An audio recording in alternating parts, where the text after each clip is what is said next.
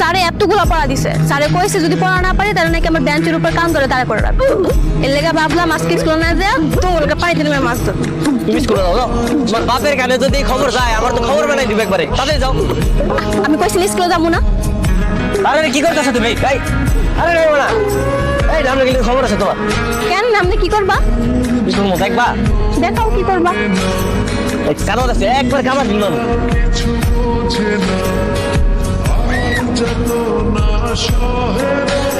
একদম ঠিক কাজ হয়েছে। আমি এক সময় না করছি না, পড়ালেখা বাদ দিয়ে এসে কাদা মারতে মাছ ধরতে যা। জীবনের বাচ্চা তোর লেগে আমি পড়ছি না।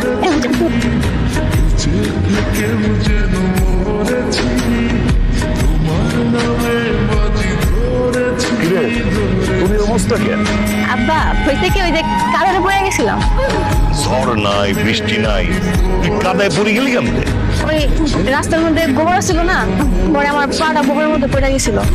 ওরা আর কি করবো, পাটা ধোয়ার লাগা ওই বিলের পাড়ে গেছিলাম, ওখান থেকে ওইটা কাদাতে পড়ে গেছি।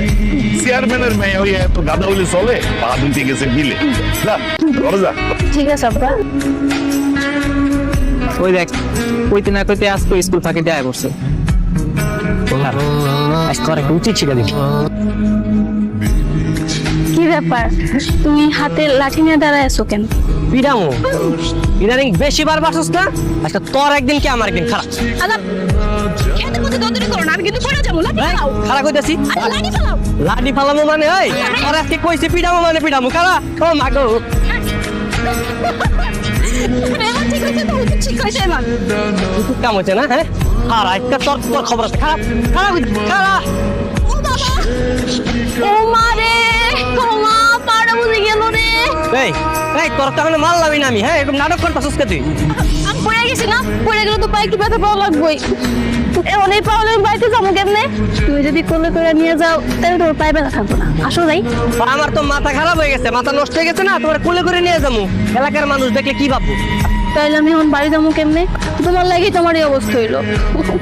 আর আমি একটু মালিশ করে দিই।